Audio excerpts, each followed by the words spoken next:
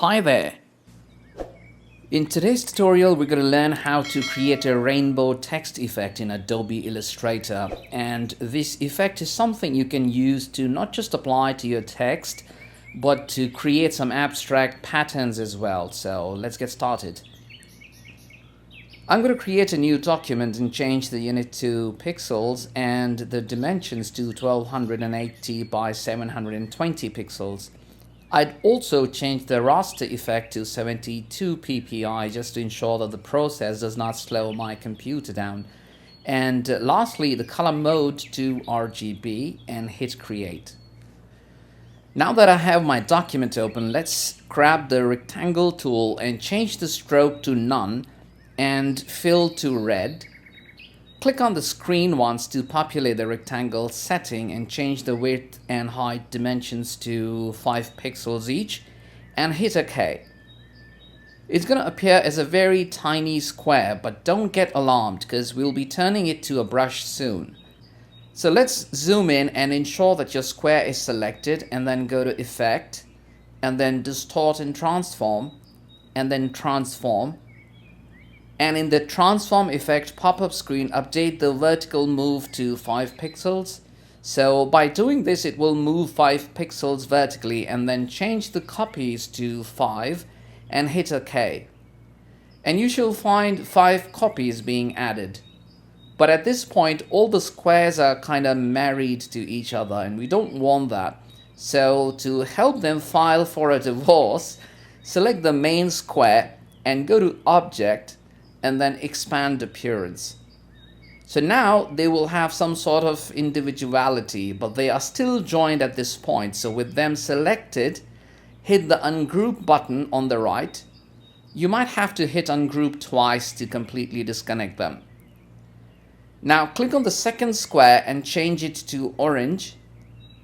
Third one gets a yellow. Fourth, a green. Fifth to be blue, and sixth, purple. If these colors don't make you happy, you can add some other colors instead. Once you're done adding colors, select all the squares and go to Window and then Brushes to show the Brushes panel, or hit the shortcut F5 for both Mac and PC. Mine is already here, so I don't really need to click it. Let me take the Brushes panel out. I'm going to click on the small plus button at the bottom of the brushes panel to add a new brush, and from the list select pattern brush and hit OK, and you'll be introduced to this screen. Here, give your brush a name should you want to. I'm going to name it colorful, and whatever settings you see here, ensure that yours also look much like this. So I don't have to make any further changes here, and I'll hit OK. You can find the rainbowy brush pattern sitting in the brush panel now. And you can now delete these squares if you want to by hitting the delete key or the backspace key. Next, I'm going to grab the text tool and click once on the artboard and type in "I love you" or any other suitable text. Let's center align it as well. Now select the text and let's change the font to Stardust Adventure. If you don't have this font, you can use any similar font, but if you really want to practice along using this font, you'll find a link in the description from where you can download this font for free. Just ensure that you don't use it commercially.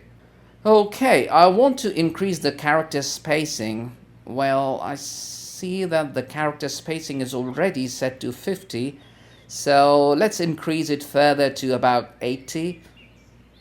The reason why we need extra space between these letters is so that once we apply our brush, there should be some space between them for legibility. As we know, our brush is going to be a little thicker than usual. I think I need to increase the font size a little bit more. Also, let's reduce the line spacing a bit. Alright, now once satisfied with the size and the position of your text, let's go to Transparency panel and lower the opacity to about 20%. Then lock this layer and click the Create a New Layer button at the bottom of the Layers panel. So this is going to be our active layer now. Let's grab the pen tool and we need a stroke of 1 pixel and set the fill to none. Now what we need is to trace the letters in a way that all our letters have just one spine, so that we could apply our brush easily to that one spine. You can go creative here and stretch your lines to make it look nicer. While you're tracing it, don't worry about the anomalies, and by anomalies I mean lines that are not smooth enough or have corners where they should have curves. Just maintain the flow of the letters and finish the trace first. We'll fix the issues once we are done with the trace. Now that the trace is done, let's individually click on the letters to see if they need fixing, and let me introduce to you the Smooth tool. It sits under the Pencil tool. So all you need to do is have your letter selected and just run the Smooth tool over the areas you think are not smooth enough or not curvy enough. So basically it removes anchor points or add anchor points depending upon the situation, just to straighten a particular path or make the curve smoother. So you might have to run the Smooth tool more than once, in fact a few times in certain cases as well, until you're satisfied with the result. So you see this leg of a letter L does not really have a smooth curve. It has this bend that I don't like. So let's run the Smooth tool over it. And there you go, it's fixed. So you can use the Smooth tool and even the Direct Selection tool in some situations where there is a clear corner and you want to turn it to a curve. So just click on it once, like in the case of our letter V here. Click on the corner widget that appears and drag it to smoothen the corner, and it's fixed. How much of a drag is necessary is entirely up to how you want it to look eventually. So switch between the Direct Selection tool and the Smooth tool to finish the letters. The letter O of U is missing because I already have an O in the word love. And since I want both my O's to look similar once I'm done with one O, I'll just need to copy it here. So I have purposely not traced this one. Let's do some final corrections to the letters and we are done. Okay, now select the letter I and click on the brush we created, and it will become colorful as expected. Let's pick the Direct Selection tool and fix a few things here. Actually, let's first finish all the letters and we can fix them up once we are done.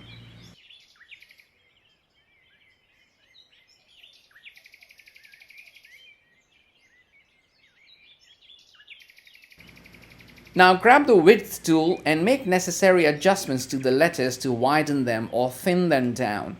If you haven't used the Width tool ever, do check my video on how to master Width tool from the card above. Basically, using the Width tool, you'll have to adjust the width of the strokes to make them thicker or wider in certain areas and thinner in sharp curves to maintain a proper flow of letters.